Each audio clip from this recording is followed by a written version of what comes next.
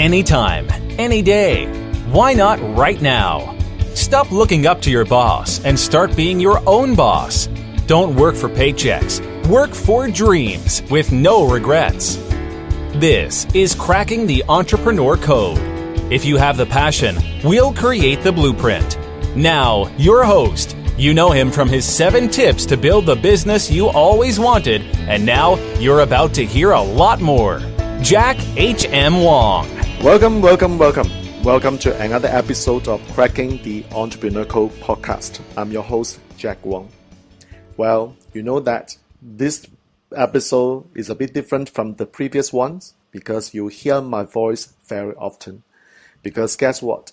We have done with all the interviews of many successful entrepreneurs from North America in last episode. I hope that you enjoy, most importantly, learn a lot from these people. They come from all walks of life. Some of them are very successful 8-9 figures entrepreneurs. Some of them are very successful 6-7 figures coaches, consultants. They share the lessons about how they transitioned from the school education system and refuse to go to the corporate world and become an entrepreneur, create their own life, live in their own terms, and create their pathway to success. So I feel personally proud that in the last 9 months, I have successfully interviewed so many guests. And I would like to take this opportunity to congratulate all the listeners for staying with me from episode 24, which was the first episode that I've decided to open the door to invite the guests to come on board to share the lessons, the tips, the experiences on the entrepreneurship journey. And then you are going to learn 1 or 2 tips. As you know, in business, all you need is just to make one change and your business will never be the same. So I feel personally proud that I have done all these interviews. I want to share with you something that I didn't share before, because in this episode, I would like to talk about the behind the scenes stuff that you may not know. However, it's good for you to know that when I decide to open the door to invite these people to come on board to be my guest, I have lots of phobia. Because the little voice, number 1, is when I decide to open the door, would anyone show up? It's kind of like trainer or speaker or presenter. When you are ready to present your topic, you're ready to announce to the whole world that, hey, this is my topic, but no one comes to attend. The room is essentially empty. Got it? That was my big phobia. And nobody has actually taught me how to do it. The process of knowing how to do it to eventually successfully inviting the guests to come on board was simply because I researched. So the very first lesson that I would like to share with you in business is about your willingness to take the heat and do research. Because there's no point of figuring out something by yourself, and eventually you can spend literally 10 years, 20 years, or even 30 years, and yet there's no guarantee that you are able to figure this out. So I was fortunate. I was able to just learn from one host. There was a host from Jamaica last year when I was on her show. She taught me certain processes that enable her to get guests to come on board. And most importantly, you may have seen that I roll out these episodes every Thursday 9 a.m. Singapore time. It's not because I was able to plan ahead and then I'm able to finish the interview and get my team to do the editing, upload it to my website, my iTunes, week after week. It's not true. It's a lot of work behind the scene.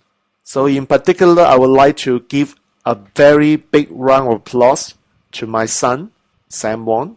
So I haven't acknowledged him on my show, but Sam was the one behind the scene helping me to do the editing. And it's a very painful process, by the way, because you could have a guest who didn't really pronounce certain words properly, or the guest would just like saying things based on his own free will. And perhaps the guest may have these words like meh. These all required editing. So it's not easy to do that. I have done the editing myself, And I realized that it is a very painful process. So I was fortunate. I asked my son Sam to help me when he was on his holiday to do the editing, so that saved a lot of my time to find another person to do the editing. And guess what? I've actually tried someone in Fiverr, and I spent $10 just to test the person whether she can do the work. On one hand, it was good because she was able to finish the editing. On the other hand, when the copy comes back to me, I still have to get my son to do the editing. So it's not up to the standard that I want. And you can say, hi Jack, you are not going to be so demanding. You're not going to enforce your own standard on somebody who is willing to do the editing at such a low cost. Yes, I agree. And at the same time, I demand high quality. Just like in business, you have to demand for yourself high standard.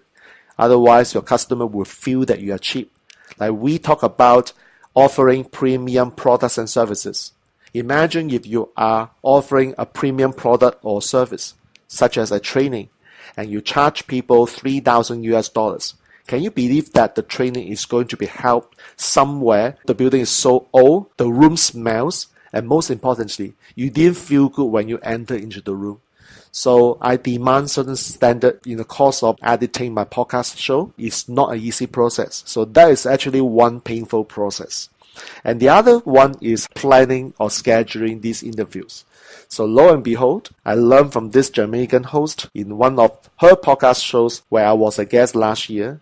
So I asked her, how did you manage to finish so many episodes in such a short period of time and you can upload them consistently? How did you do that? She said, I actually have spent 2 months doing all the interviews that I need for the whole year. And all I do is spend 2 months, finish all the interview, and then I can have the remaining 10 months free. And that was like, oh my God, there's a very big lesson I can learn. So I applied this principle. And the reason why some people are successful, some people are not when they hear or receive the same information, because the first person decides to implement or apply the ideas and see whether the result works.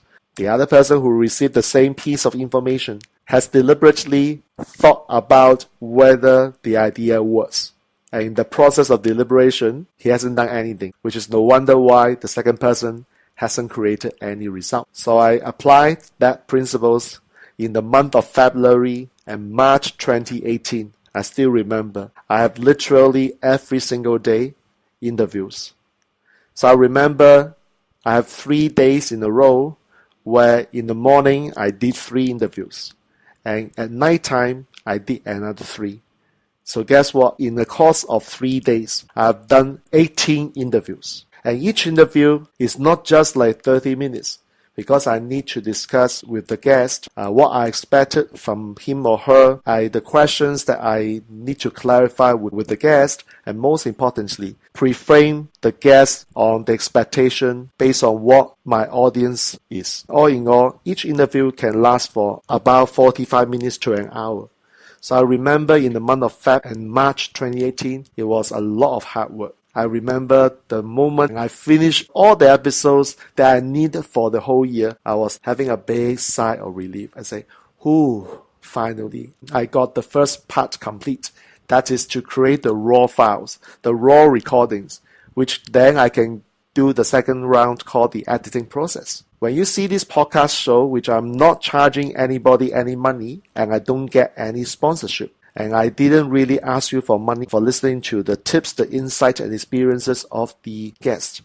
It's simply because this is a public service and I want to share with you what I know and what I'm able to get from the guests, from their experiences, so that you can learn 1 or 2 tips to enable you to implement in your business and take it to your next level. I was so happy that as I have finished interviewing all the guests, I finished all the editing process. The rest of the months, I remember October, November were the 2 months that I'm quite relaxing.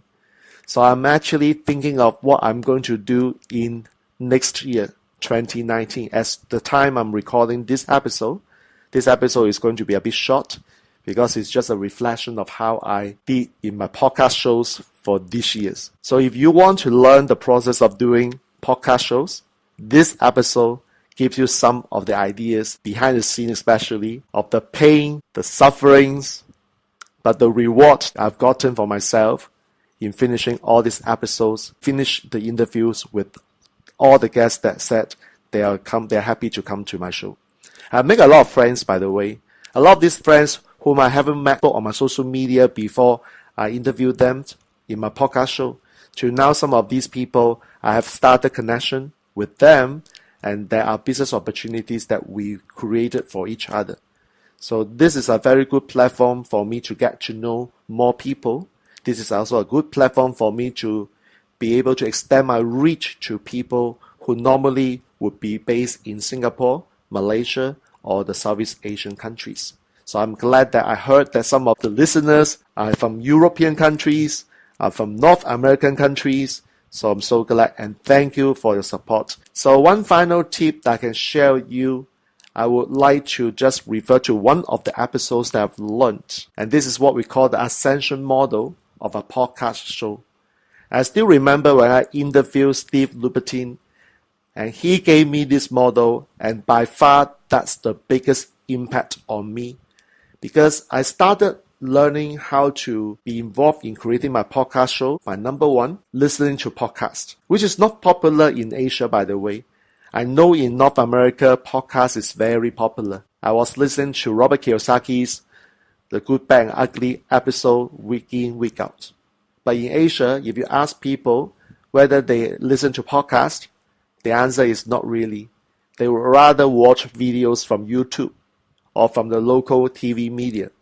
That's how the Asian culture looks like and sounds like. By being the listener, the next level would be to create your own show, which stops quite a lot of people, by the way, because when I was in some of the Facebook groups about podcasts, the common question is, how do I create a podcast show? You've got to learn from people, spend a little bit money to learn, to invest, to research, to enable you to know how. The next question will be, should you put your podcast on iTunes or Google Play or Anchor FM or some other platforms? So that was a very interesting process, because I always tell people from Asia who want to start a podcast show, you can't put a podcast show on Google Play, because Google Play is not available at the time of this recording. It's not available to us in Asia. But I figured out a way to enable my show to be featured on Google Play. That is via a platform called Stitcher. So yes, I've learned a lot in the process, because I'm asking myself lots of questions, and I do not hesitate to look for answer or ask people around. So it's a pretty interesting process. So the next step, I became a podcast host. I create my own podcast. The third thing I learned is the third level is after you become a podcast host, you've got to create your own content. It was pretty hard for many people, especially people actually ask themselves, how do I create content? It's like in social media term, how do I create my own Facebook post? Some people will be very easy to create contents, but some don't.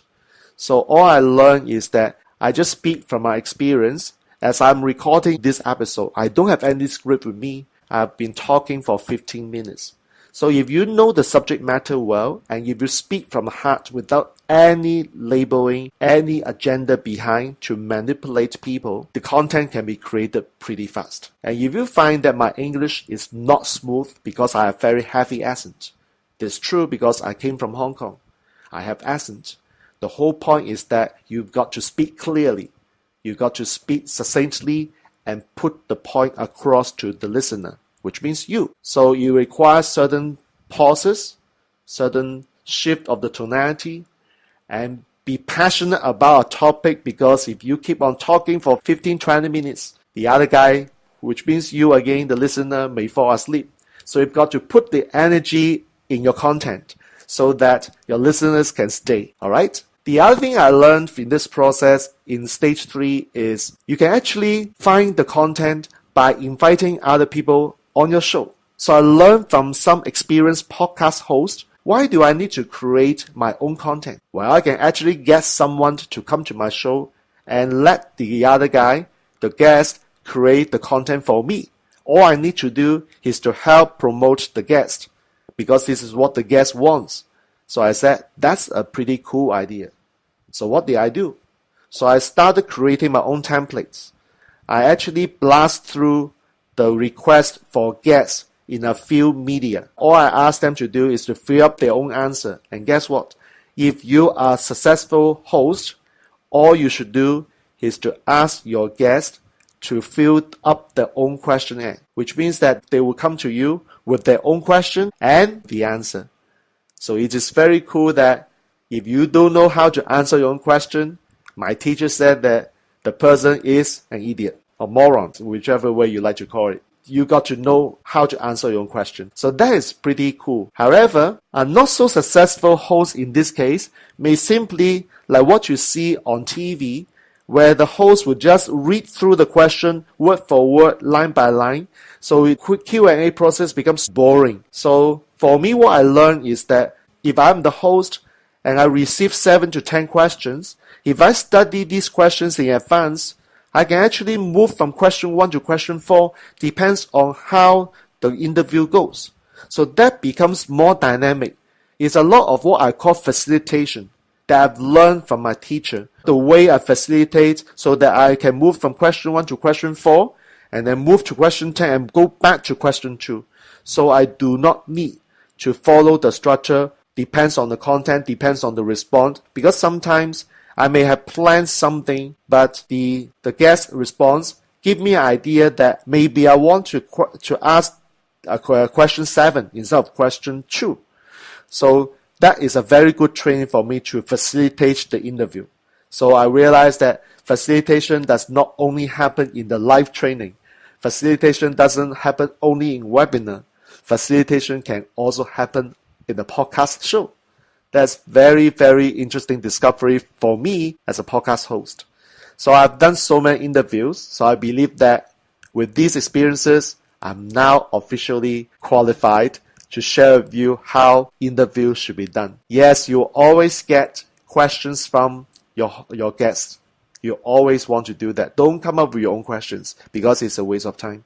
However, when you receive the answers from your guest, make sure you study in advance and plan what kind of variations that can potentially happen, and learn the art and science of facilitation. That will make your interview so lively, so interesting. I remember some of the episodes when I was doing them at 10 p.m. Singapore time. I was like laughing, I was like cheering as if it's daytime in Singapore. Because guess what? In US, it's the daytime. So I have to put the energy as if it was daytime in Singapore at night when I conducted certain interviews. Because the energy of the guest is very high. So likewise, I have to put in a lot of energy to match that in order to contain and control the room, so to speak. So there was a lot of fond memory. So what I'm going to do in 2019 potentially is to go to the next level. I have no idea yet, but that is how I plan. I want to share with people my insight of how to create podcast shows based on Jack Wong's way. One fine day, you may see me online giving an online course of how to create your own podcast show with less or little technology involved. Until you make 6 figures, you don't need that. I mean, there are people who advocate I must get all the equipment professionally ready in order to start my podcast show. You know what? When I first started episode 1, I was using my iPhone. That's how I created my very first episode. And guess what? Episode 61, which is what you're hearing right now, I'm still using an iPhone to record. So the whole point is this: you do not let the technology stop you, because experience is the only teacher. You can get all the equipment set up ready before you start your podcast show. But who knows that before you start, your little voice comes in and say, I may need another piece of equipment. So therefore, after 2 years, 3 years, you still haven't created your first show. Consistency is the key. I've seen some of the guests who started their own podcast show. I'm so glad that a few of my friends in Singapore have started their own podcast shows as well, but not many of them have this thing called consistency. So my show is every Thursday, 9 a.m. Singapore time. You'll see 1 episode. Do you think I like to do that? No. My teacher said adult does things that he or she doesn't like. So I don't like to do this. I hate to do this. When I say I hate to do this, not because podcast is something that I hate. It's because to do it based on my own terms, my time, perfect. However, if it has to be based on a specific time to be uploaded so that you can get the episode, it's not pretty cool. And yet I'm forcing myself to do it so that you get your episode every Thursday morning, 9 a.m. Singapore time. So this is not easy. I've seen a few of my friends who have done the podcast show started with episode 1 because episode 1 is always the easiest because it's called the introduction. Having said that, when is episode 2 up? And when is episode 3 is up? I haven't seen them. Some of them I haven't seen after episode 1, there's episode 2 or 3.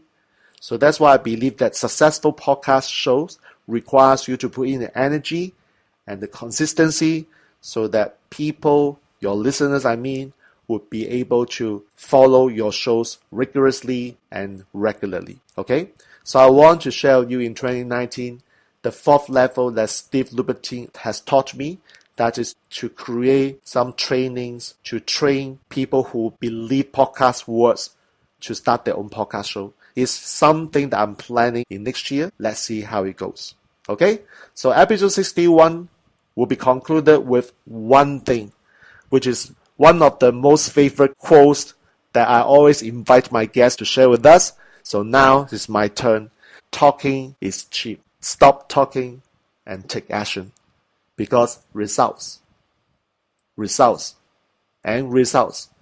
are the only proof. Next episode, I'm going to wrap up the whole year to conclude. I'll give you some ideas of what to expect in Season 2. And guess what? Season 2, Cracking the Entrepreneur Code podcast show, will start in 2019, January. I haven't decided when I will upload the first episode for Season 2.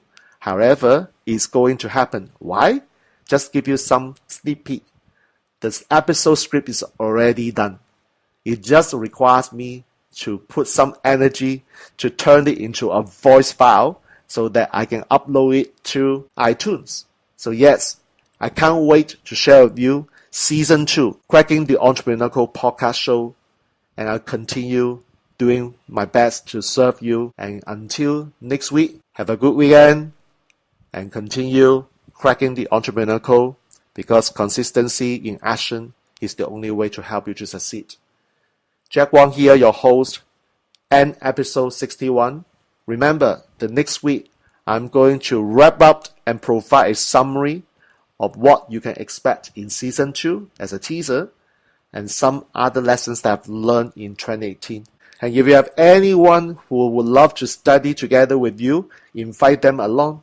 And one final thing I request, and this is something that I will continuously doing from Season 2. If you have any aha or the biggest takeaway you have learned, please go to crackingentrepreneurcodebook.com/iTunes and share with me so that you can have a public declaration, get the learning more impactful.